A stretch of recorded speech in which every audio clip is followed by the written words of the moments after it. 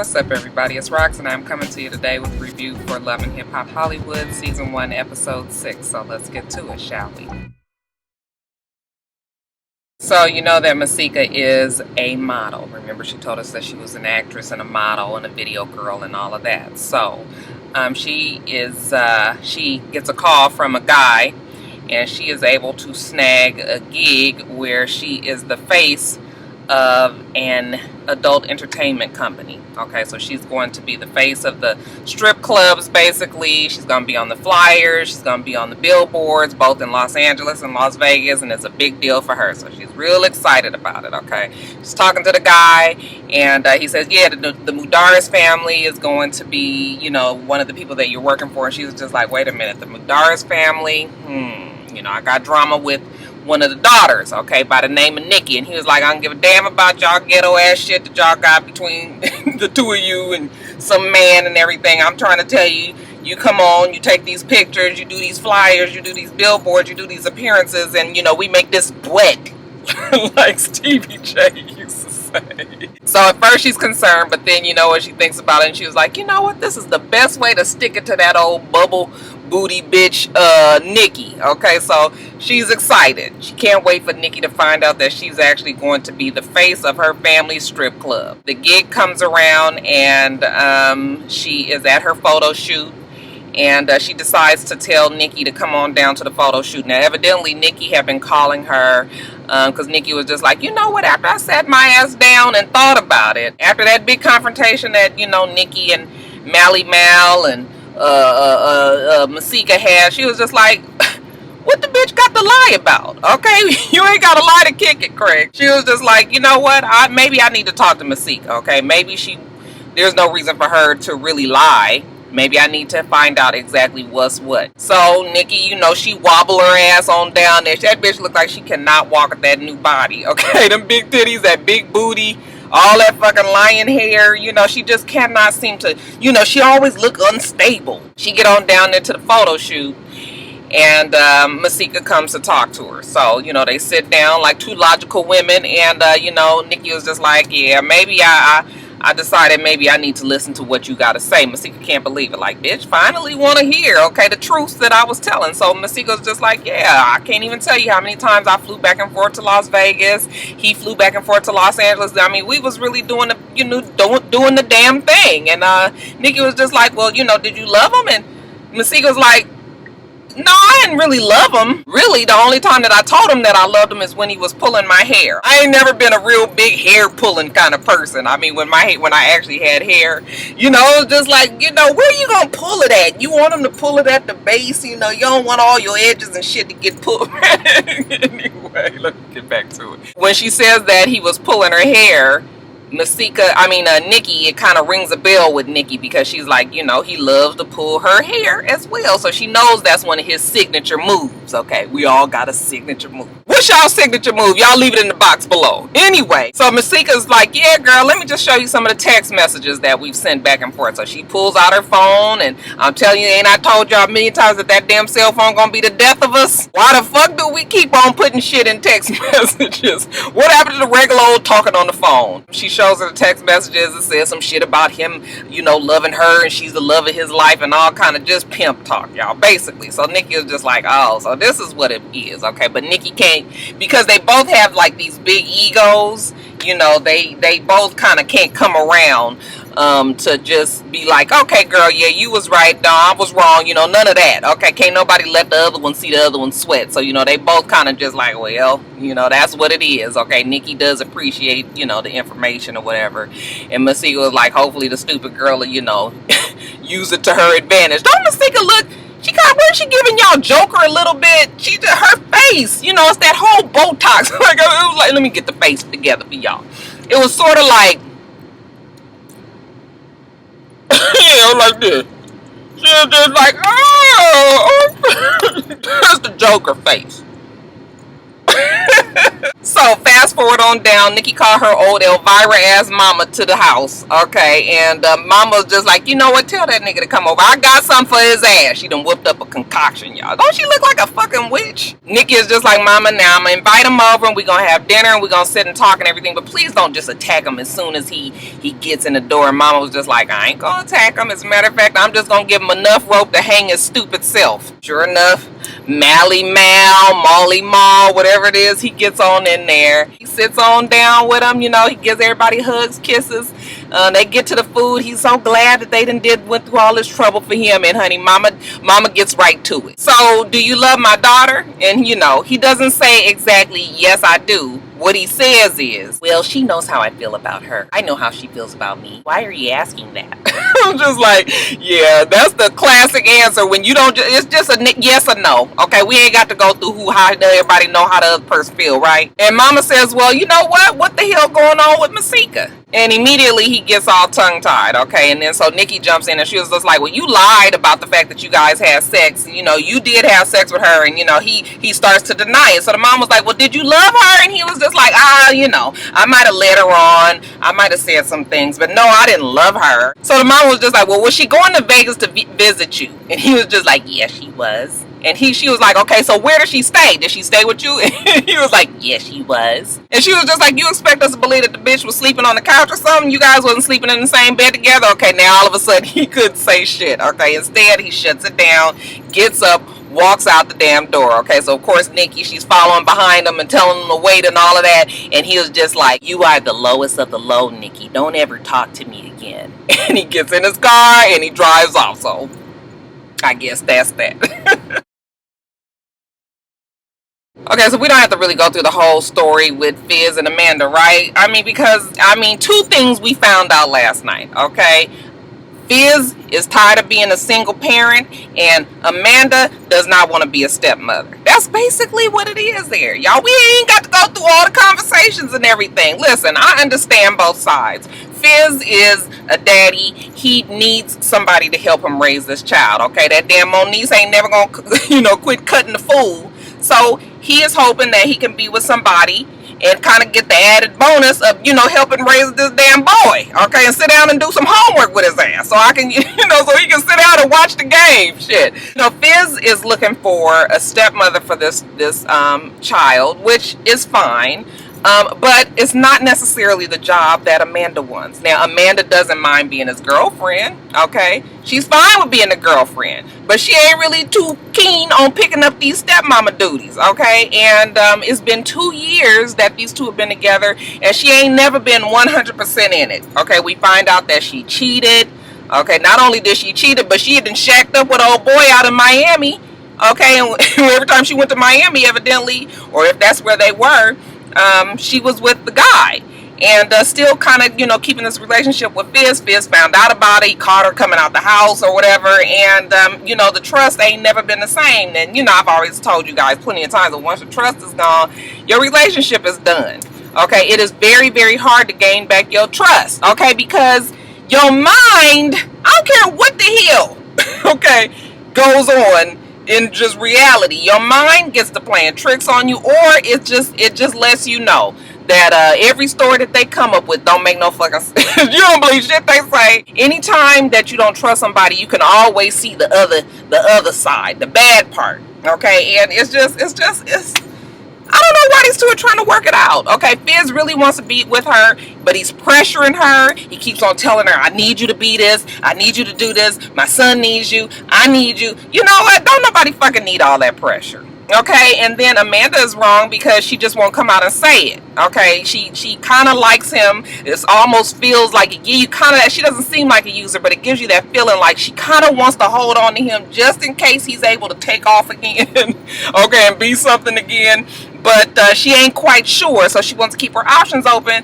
And it's just these two, no, it's just not gonna work. Okay, and it's not nothing wrong with the way neither one of them feel. All right, it's like, Amanda, go live your life. You're not a mother. You didn't have no baby, so you don't owe it to him. And Fizz, damn it, that's your baby. Okay, so you're going to have to pick up the slack, and then you find a woman that is willing to be that for you. Okay, that's all it is. We ain't got to go through all of the rest. You know, Amanda is, you know, slick. I think Amanda is still doing something. Okay, because it's just too much a coincidence out of all the damn wrong numbers that you get a wrong number from Miami talking about some damn restaurant reservations. You talking about, bitch, that she didn't, it was a wrong number and that's it. I was like, girl, you better deny. Ain't that what Stevie J said? I didn't blame her for that one, but yeah, I think we all believe that, you know, maybe Amanda still got some shit with her. But like I said, neither one of them owe each other anything. You know what? Sometimes we just gotta cut our losses. Shit don't work out all the time. Two people want two different things, and you just kind of have to move on from there. So that's it with Fizz and Amanda. I'm sorry, Fizz, baby. When you turn down the TV, when Fizz be talking on his one-on-ones, he look like he's shooting a video, like a music video. Just turn down the TV next time, and he just be like,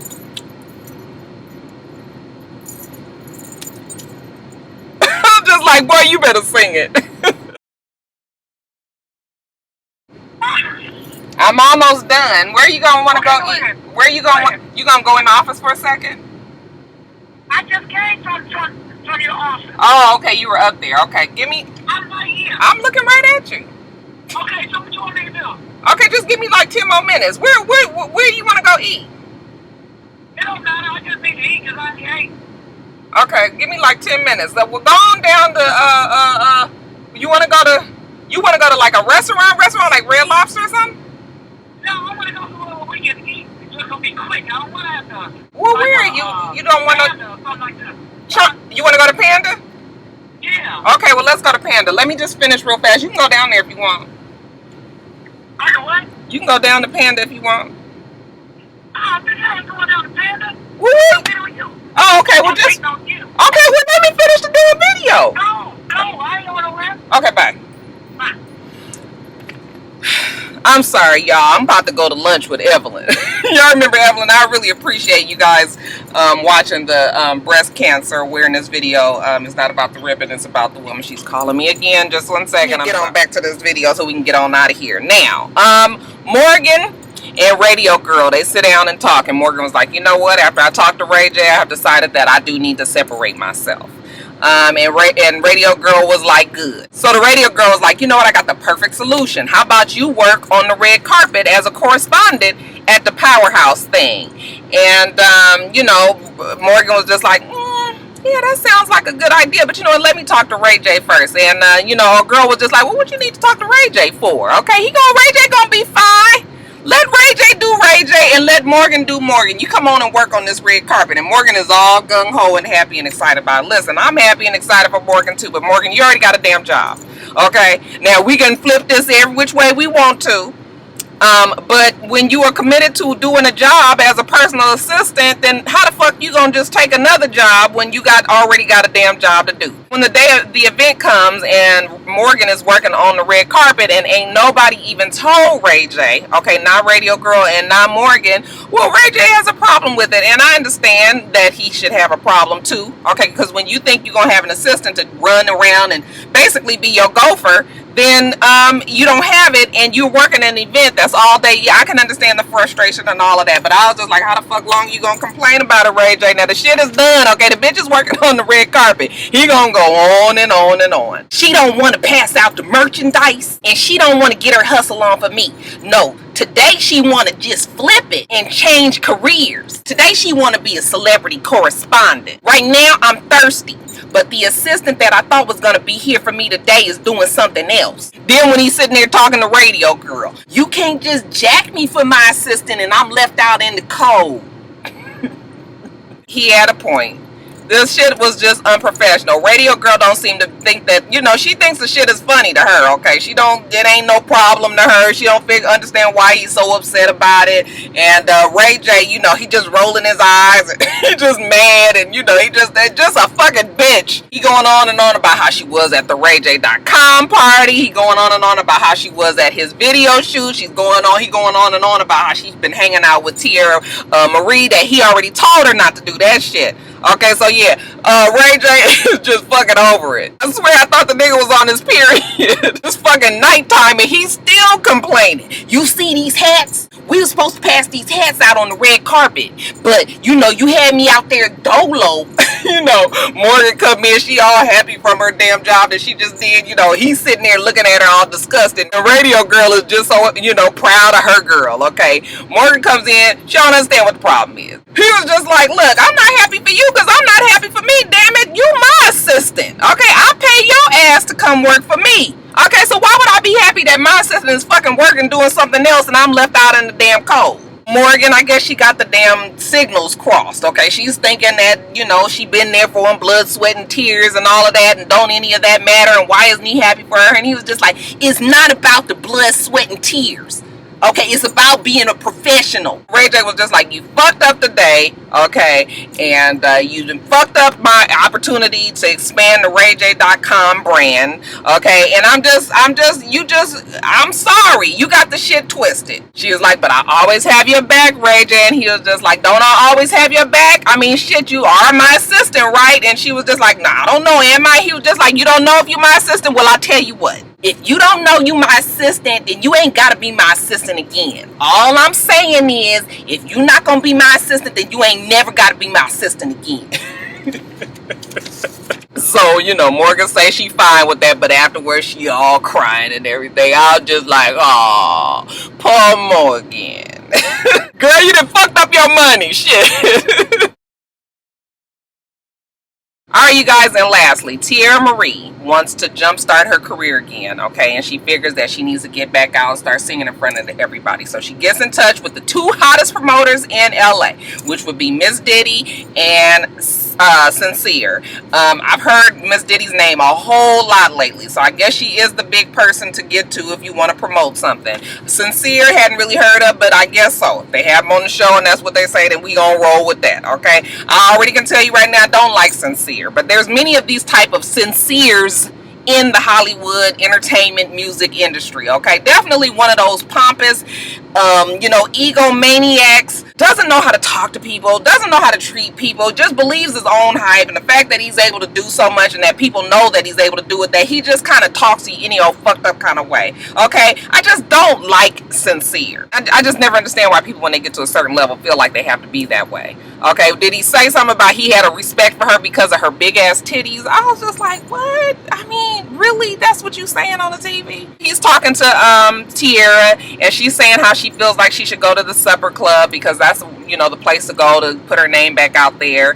And, nobody is denying what Miss Diddy and Sincere was saying. It's all about the how you say it, okay? But what he's saying basically is true. You haven't been around in a long time. You haven't had a hit in a long time. Nobody is really checking for Teairra Marie, okay? Maybe you need to do something smaller and more intimate, okay? Well, Teairra felt like supper club was something that she wanted to do, and he was just like, listen, I'm trying to tell you that's a big deal. We putting our names behind it. You got to come correct, okay? And Teairra understood how they felt, and she felt like she was up to the challenge. So when the night comes, okay, it's nothing short of a fucking disaster. Now, first of all, I didn't think she looked all that bad. Yes, she is a little chunky. I wouldn't say fat, but in Hollywood standards, I guess that's, they don't want you to have that kind of, fluffy kind of look. The cat ears, the bunny ears, the angel wings, and all that shit, that's a lot that goes on right now. It's a fad, okay? And whatever, she didn't look that bad. I didn't think she looked bad at all. But when she got out there, just like, okay, Teairra. I don't like to joke about it. It's just hard to watch people that, I feel like the girl can sing, but she sounded like, you remember when you used to have a record player and you used to just take your finger and you just kind of, you made the record go with your finger like this? Because she was just like, touch me, baby. I was like, people are watching, people are laughing, the audience is really not receptive to her. Of course, it could be editing as well, but it's just uncomfortable because when you're watching somebody that's singing, you don't know for sure if they really think they sound good, or if they just like, fuck it, I'm gonna go for it, okay? They are clearly uncomfortable. I'm uncomfortable. I was just like, oh no. And I know at the back of her mind, she had to know that she was going to have to face that old stupid ass Sincere when she finished. And sure enough, okay, once it's over, she goes to talk to Miss Diddy and Sincere. And to me, it was almost like he did all this just so he can rub it in her face, okay, that she is not where she used to be and that she's not ready for the big time and all that. Because it's just like, he just was so eager to put her down and just like, you know, you fat, you need to go to the gym and work out some more. Just telling her that she sounded horrible. I mean, it's all in the way that you talk to people. I don't understand why you have to be so fucking nasty, okay? And just looking at him just gave me like this feeling, you know, he had on the t-shirt, you know, the shit was all the way down here. We just saw half his chest under the blazer, okay, his big booty ass with his yellow pants or whatever the fuck he had on. I was just like, yeah, I don't like people like him. Okay, because it's not necessary. And what makes it even worse is it's obvious that people respect you for what you do and what you can bring to the table. So if you already have the respect, why still be nasty? Okay, you just gotta be like that. I was just so over him. It was obvious he was pushing her buttons, okay, and really being up in her face and saying shit. You as a man saying this, that, you know, just.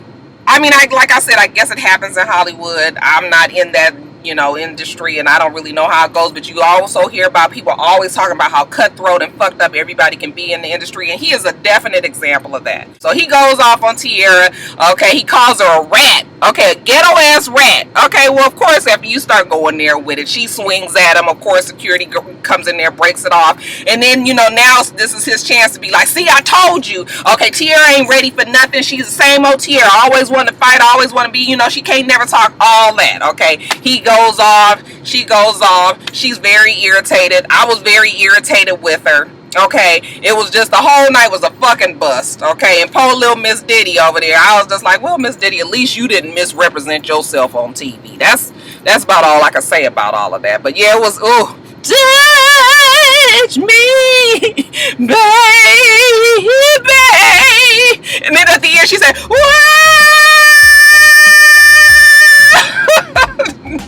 no. Alright, you guys, let me rush and get off of here. You guys remember to rate, comment, and subscribe to the channel. I'm itsrox, the channel's for itsrox, and everything else I do will be in the bottom bar. Alright, so I hope that you have a wonderful, wonderful rest of your day, and I plan on doing the same. Until next time, Roxstars.